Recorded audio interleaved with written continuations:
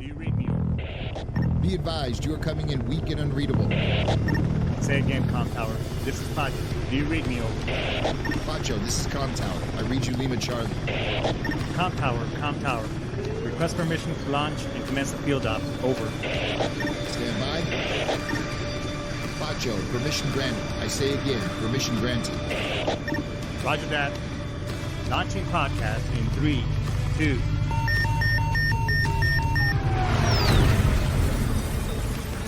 You are now entering the field op with your host, Pacho Correa, Chief Warrant Officer 3, United States Marine Corps retired.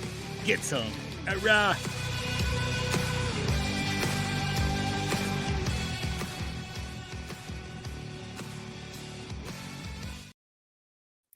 Get some. What's going on, everybody? Welcome back to another great week. Welcome back to the field, the show where we break down military mindset and how it applies to life, success, and even everything else in between. But before we get started, let's get all the pleasantries out of the way. Hey, this show is brought to you by the Money Pro. If you ever thought about, hey, how is it I can really maximize now that I'm done with the service, my thrift savings plan, investments, or maybe you want to find yourself growing, saving for something a short-term goal down the future, like maybe you want to go to Santorini, maybe you want to go to Brazil, something exotic where you've never been, because thank God that we can travel all over again after the last couple of years. Well, the Money Pro will help you set up some very specific strategies and techniques that you can apply to start really saving, maybe stop the bleeding as it pertains to you, dipping into your savings every once in a while, and really putting a plan together that will help you achieve whatever your short-term goals, like going on those trips, or maybe putting that TSP to really work now that you're done with the service and you're no longer, and you can't contribute anymore because you're now out of the DoD bubble, so to speak. So it's very easy the way it works. Just go to meetthemoneypro.com. It's all right there on the show description, on show links, and set up a free 1-hour strategy session where they will give you a free 1-hour strategy session where they'll share some very specific tips and techniques that you can start implementing right away to start really getting a hold of your finances within your home. Okay, so check them out, and I mean, if it sounds good and makes sense, fantastic. And if it doesn't, that's okay too. All right. Hey, when was the last time that you try to make a VA claim together, or when was the last time that you were, the last time you logged in was e-benefits, but now it's va.gov. When was the last time that you checked that out? Well, if it's been a while, it's time. I think I highly suggest and recommend that you go on va.gov, set up your account, just like you saw my Ken from last week's show. We actually helped him while I was there working out of his house. We actually helped him put it, not only log into the account, but also submit a VA claim. And by the way, he has already been contacted by the VA to start moving in his claim process in the right direction. So it's only been less than a week, and we've already gotten the ball rolling. So it's very easy. The only but just kind of cumbersome is getting identified through ID.me or what's the other thing that they use, Fed.gov likes to use to verify your account. Excuse me, the account verification or your verification process. It's a little bit of cumbersome. It takes about maybe 25 minutes. But after that, it's smooth sailing. Submitting a claim doesn't take that long. And you can use things like ChatGPT, among other things. So that was the other show. Check out the show with Ken. Feel free to check out, because, hey, these are your benefits that you rate, that you gave your body, mind, soul, and spirit to the machine, whether it's the Army, the Marine Corps, Air Force, Space, or whatever it is. And you rate and deserve these benefits. So check it out. If you need any help getting it done, we can set up. We can also set up maybe a 30-40 minute 1 hour meeting, and I can help you do that as well. It's all about helping each other out and doing a hook a brother up. All right. So that's pretty much it on that stuff. Hey, look, this show is all about the First Amendment, the First and Second Amendment, among all the other things that the Constitution, the rights and freedom that it brings to us. I spent 20 plus years of my life defending that document as well as this great nation of ours.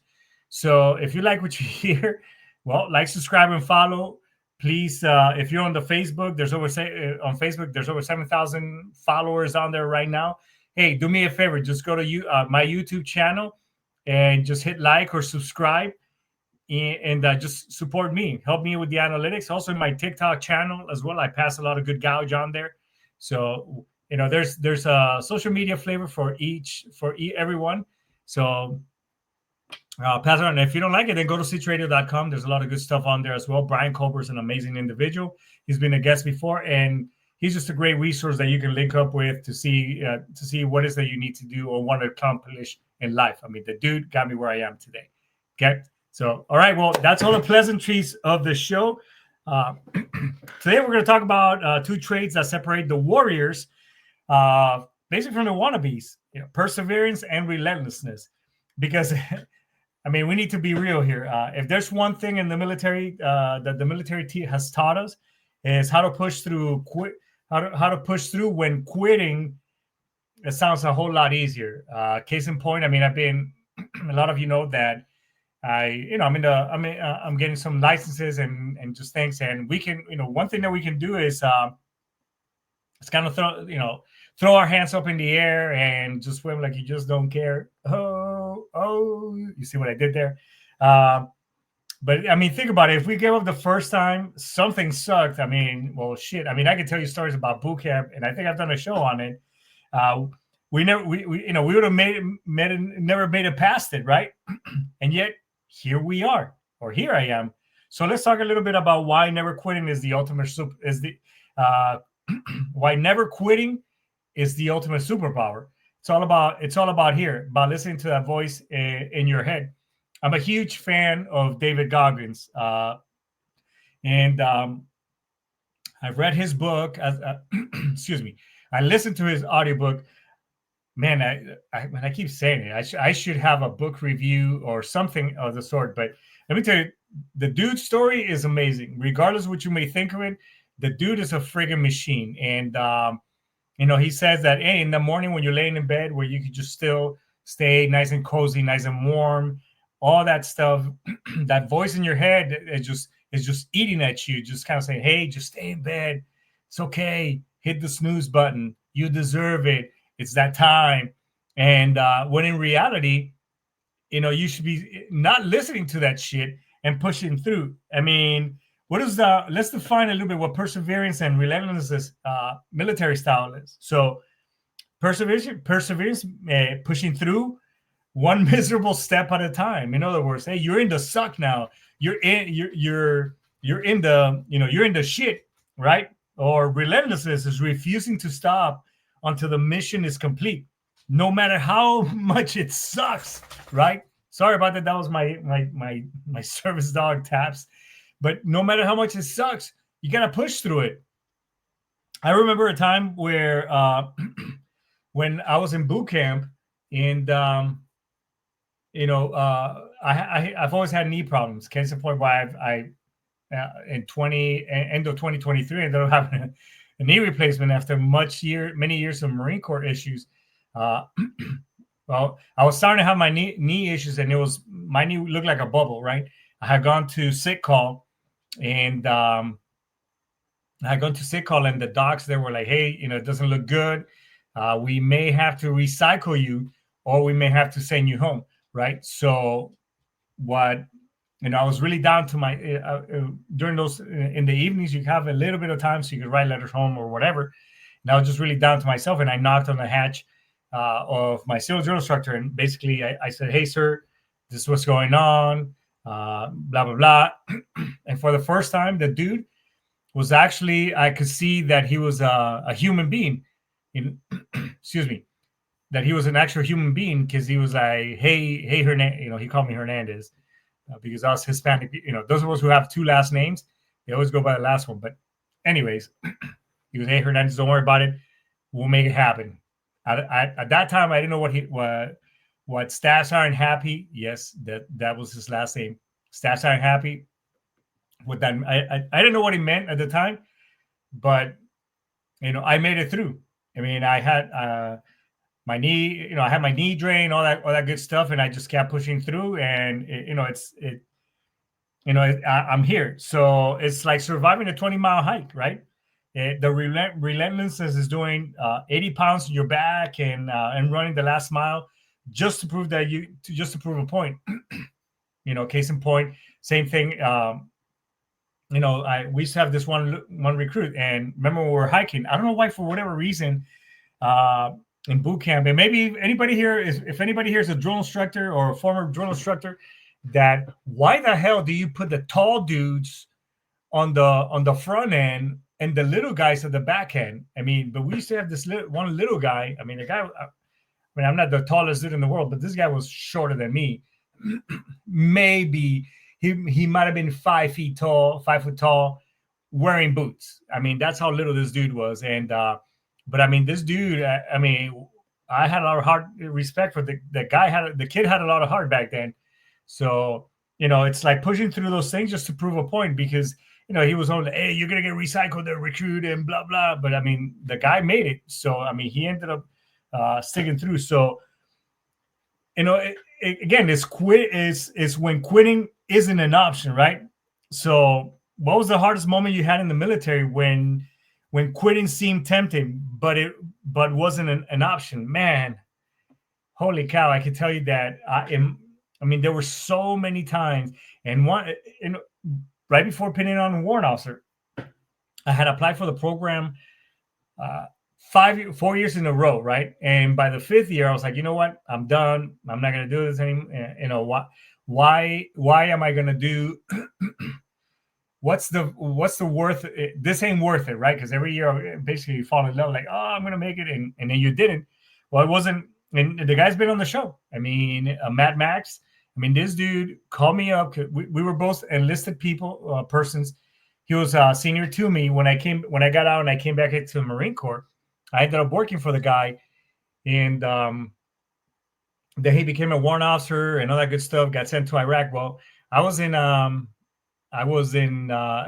instructor duty, working with reservists and getting ready to go to get to my new assignment at the recruiting school as a to be a recruiter. So that year I didn't put a package together. Well, this dude called my commanding officer, because after I told him, I'm like, no, I'm good. I'm not going to do that. It's not for me. Again, we kind of justify ourselves, like, oh no, if they didn't select me these last 4 times, then they can keep it. They don't want me. They don't rate me. We kind of justify ourselves to kind of like me, because you get on like in your own little soapbox. This dude called my commanding officer, actually the executive officer, Steve Hodge, great dude, by the way. And he told me what's going on. And the next thing, I get this phone call, and I get called into the Steve Hodge's office, who was the executive officer. And he's like, "Hey, Staff Sergeant, I heard that you're not putting a package together this year." And I was like, "Yes, sir." I kind of gave my sorry ass reason why not. And he goes, "Okay, well, yeah, I understand, but you're gonna go ahead and put a package together." So I put a package together. I half-assed it on purpose too. Man, F these guys, blah blah blah, whatever. And I went to recruiting school, and they were calling me for all kinds of stuff. Long story short, the package was done. The deed is done. Months later, my name comes up on the list. So again, I could have, thank God for this dude that kind of pushed me to the limits and made me do it. And here I am today, retired. I made it all the way through Chief Warrant Officer 3. So I'm very thankful. So again, quitting is not an option, ladies and gentlemen. Okay. What kept you from going has kept you from growing or going when everything, if you wanted, or every bit of you wanted you to throw in the towel, because it's really easy to just, again, we justify ourselves in that little voice and say, just quit. Don't worry about it. You messed up yesterday, or if you're trying to lose weight, hey, you ate that bag of cookies, or you went to Haagen-Dazs and got the salted caramel sundae with extra caramel. Now you tell me, my that's my joint, as they say, right? But or you could just, hey, you know what, you messed up today. You pick it up again, right there at that moment. Hey, eat that cookie, enjoy for a while, or whatever it is, enjoy for all it's worth, and get back at it. Because every step, every you can see every setback as a lesson learned, but still keep taking steps forward. Or you could just be a little, and just kind of sit there soaking in your own sorriness, and then that's how we don't get ahead, right? So ever been so exhausted in the field that you hallucinated? I mean, shit. I remember when we were at the basic school, when we were going through warrant officer school. And by the way, don't think that just because, oh man, you were an officer, you lived the dream and blah blah blah. And let me tell you, maybe there was one or two cats and dogs going through my class that were in their in their mid-20s, early, around that age. Everybody else, and you're competing when you're going through extra rigorous schools and training in the military, when you're a little bit more seasoned than everybody else. Not that I was old, because we had a dude that was like 40 something years old, and this is in around 2006. I mean, that dude looked like a friggin' dinosaur. I mean, he should have been a fucking museum piece, if you ask me. And those of you who listen to the show that went with me to TBS with me, you know who I'm talking about. But I'm telling you, it's tough. But every part of me, I mean, shit. When we got done with that one force, and there was a couple that we had to do. I think it was like 3 events. Let me tell you. I mean, I think I was seeing things.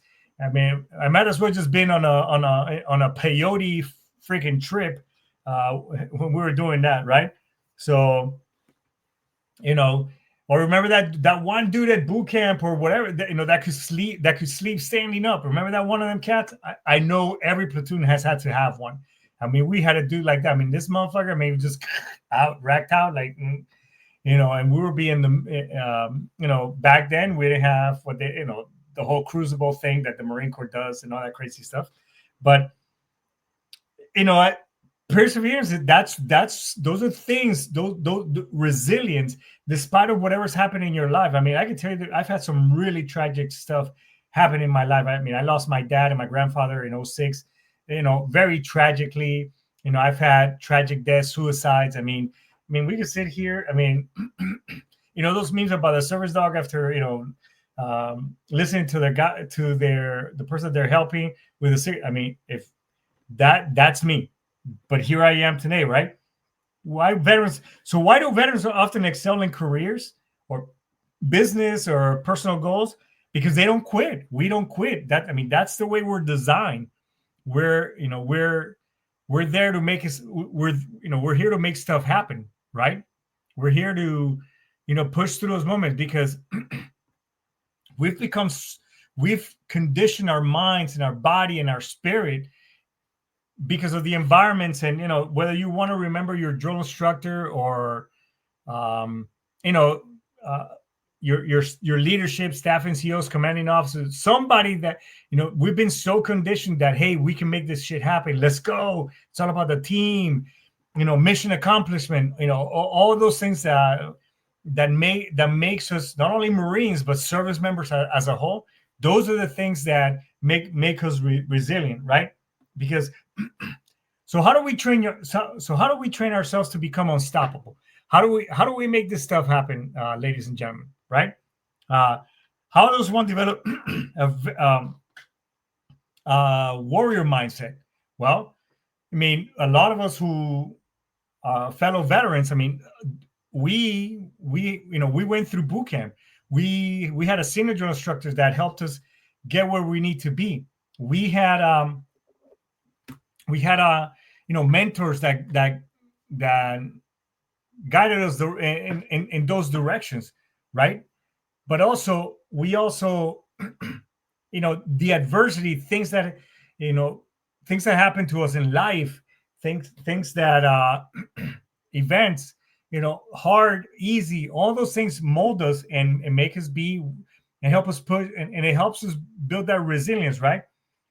The Because the role of discipline and small victories in building mental toughness, those each little, as minute as we may think that it is, that builds resilience. It subconsciously tells your mind that, hey, we're winning here. We're making stuff happen. As little minute as a thing. So give yourself the credit for those little wins. Look at yourself in the. One thing that I do every morning is I look at myself every morning in the mirror. I pump myself up, and I don't know if a lot of you here. I said Tosh Point oh, in one of his shows, he had this little girl that was in front of a mirror. I'm amazing. I'm this. I'm that. Well, that little girl. I mean, she's an adult now, but that little girl had it right, and I do that stuff every morning. I mean, I look at myself in the mirror and I say, "Hey, man, today you're gonna crush it. You're friggin' amazing. You're in great shape. You are the creator of your destiny. You're gonna be a millionaire. You're gonna do this. You're gonna accomplish that. So on and so forth." I mean, those are the things that you want to keep. Again, because as relationships come and go, friends come and go, boyfriend, girlfriends, those people come and go. At the end of the person that's going to be there with you at all times is that other person that you're looking in the mirror. That's your road dog. That's your ride or die. So how come, and I've said this before, how come we treat that person worse, the worst out of anybody else? What do I mean? Well, you talk bad about yourself. Oh, I'm so dumb. Oh man, I'm so stupid. Or man, and then you put yourself down. Man, I'm fat. I'm this. I'm that. Why? When that person has been there through thick and thin, that person has been there through the good times and the bad times. Why do we always put that person last? Why? That's the individual that you need to treat the best. So be your own cheerleader. Yeah, it helps. I mean, hey, don't get me wrong. The trophy. I mean, she's an amazing. She's my best. Next to me, she's my best cheerleader, and obviously our kids, and everybody else. But again, when they're not there to cheer you up or whatever, who's going to do it? I mean, so you got to be you. So don't even make fun of yourself or talk trash about yourself. Not even joking. Okay, respect yourself. RESPECT, baby. I mean, that's the way you got to do it. Because a lot of people think that motivation is overrated, and it really isn't. It's the discipline. Discipline always wins, right? So motivate yourself. I got this. I got this. I got this. That's the way you got to do it, because you've heard me again. I read a lot of books. I like to listen to a lot of books. And first one, I mean, Napoleon Hill. I mean, the dude was a genius. I love his books. Think and Grow Rich. If you wanna change your mindset on where you want to be and change your future, whether it's monetary, whatever the case, I highly recommend that book. Next to that, it's called Outwitting the Devil by Napoleon Hill. By the way, that book, Outwitting the Devil, was banned for like 50, 60 years. It wasn't until Napoleon Hill's death, after, I think it was published in the 80s, that book was finally published, and it was kept secret. And man, what an amazing book. But that book next to that one, Think and Grow Rich, amazing. There's a part that talks about drifting, not drifting like Tokyo Drift, or in your car and all that stuff, but drifting where basically that's the guy's talking to the devil. I mean, you got to listen to his book, or you got to read it. It's an amazing, but he talks about how the devil gets in your mind. Again, an idle mind is the devil's playground, as they say. Well, when you're drifting off on social media, when you're drifting off, I like to do social media. I like to binge watch all that good stuff. I got it. However, I'm very conscious sometimes. I allocate that time, or if it's time to kind of treat myself, then I do it. But if I'm preparing for something, then I don't drift. In other words, I don't go f off and doing something stupid that where I should be studying, where I should be grinding, where I should be calling clients, where I should be writing my book, whatever the case. So again. You have to push through it. You got to push yourself. It's like when it's just like when you think it's over, someone yells, "All right, hey, put packs back on, let's go, we're marching." Right? It's like when you do that 10-minute break or 5-minute break when you're doing that 15-mile rucksack march. I mean, that's what you got to do, right? Because what's the worst embrace? What's the worst thing that you can think of embrace the suck moment you've ever had? What is it that you had? And you can put obviously you can throw this on the show moments or comments. Man, there's just so many that I can never think of. Oh, here's one. I got sent to. I got transferred to 29 Palms to do some to go over there and help a unit out. And I'm not a fan of 29 Palms, and I had other things to do. Well, what turned out to be a 1 month assignment turned out to be 3 months assignment. And but at that point in my career, I think I was pretty much done mentally, among other things. I think where I really needed therapy and help. And I think that coupled with that and just being separated from my family at that my family, that just really really wore on me. And man, it really got in my head, and where obviously that was just one of the pinnacle moments where I needed to get help mentally as well. So just think about those things that make you like, oh man, yeah, that makes sense, right? Well, what's the most ridiculous season someone tried to quit, right? A lot of time in my line of work, and as I'm building a business, I hear all the time, I don't have time, or I just don't have time. And it's like, well, I see you posting on social media how you're doing, and how you're going to, this trip or whatever, or that you don't have money. Again, we make up the most dumbest reasons to just give up. Going back to that book of Napoleon Hill, 3 Feet from Gold, which, by the way, that's another book as well that's out there. But he talks about the story about this dude who quit, right? J.D. Barnes, I think is the name. Mr. Barnes ended up, he found one of the largest fault lines in gold, and the dude was making a lot of money. He went back home, got some more investors, some more money, came back, bought more equipment. Anyways, long story short, the fault line grew dry, like nothing. He kept digging and digging and digging, nothing. He finally said, well, I think this was it.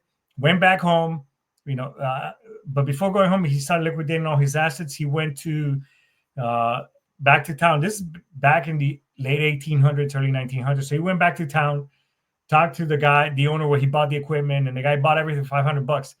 That guy didn't know anything about metallurgy and whatever else, and the ground and whatever else. But he knew he could hire people, so he hired somebody to do a geological study. And this person told him, well, fault lines tend to shift, obviously over years and whatever. So they either shift to the left or to the right. So he told him, hey, start digging 3 feet to the left. Well, that guy ended up finding the biggest fault line of gold ever recorded. The guy became, stupid rich, right? Well, J.D. Barnes, later on, he became a millionaire as selling insurance. And the guy, became very, very rich. But he will always remember that lesson where it's basically, hey, 3 feet. And that's what he used as his motivation to win, to get ahead. So a lot of us is when we're ready to throw our hands and give up. Well, how far are you from that goal? Are you 3 feet? Are you a day, two, maybe a week, maybe a month? Whatever the case may be, is that bottom line is keep pushing through. Don't freaking give up, right? That those are the things that makes us resilient and helps us and develops us into achieving magic, achieving amazing things, right? achieving. Everybody who's out there, a multi-millionaire, maybe a small percentage had to, was handed out to him, but they still had to keep moving forward and growing it to keep their riches. So they have to be perseverance and keep pushing through, right? So look, in the end, the military teaches, it teaches us that quitting is not an option, and that can be applied to life, just like it was applied into combat. I mean, if in the middle of a firefight, you can say, "Oh, fuck it, you know what? I'm just gonna let them shoot me." Whatever. No, it's all about, hey, it's either me or them. I'm going home. They're gonna stay here, and we're gonna, they're gonna get buried here, right?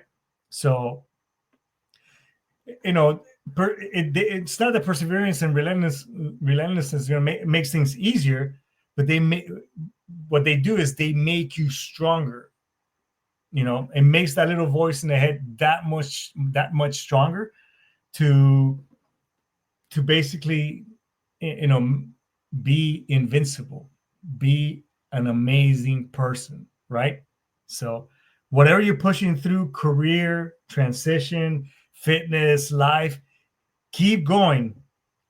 Your breakthrough is 3 feet ahead. So let's make the rest of this week an amazing week of accomplishments, and let's kick ass and take names next week. So, hey, before we turn off, hey, if you've been ruminating and you kind of find yourself, going into a dark hole where, you don't feel that relentlessness or perseverance, and just kind of going into that rabbit hole, reach out to me, reach out to the show. You can find me all over social media. I'm on LinkedIn as well. Everything is on the show description. But let's have a talk, okay? And if you need help, I can definitely do that and get you the right help, so that way we get you squared away and well taken care of, okay? So with that being said, everybody, I just want to say, hey, thanks for tuning into the Field Ops. Stay relentless, stay unstoppable, and we'll see you next week, all right? So I think this is a good place to index. Ice Tomas, Daisuke. See you next week, everybody. Ayat, get some.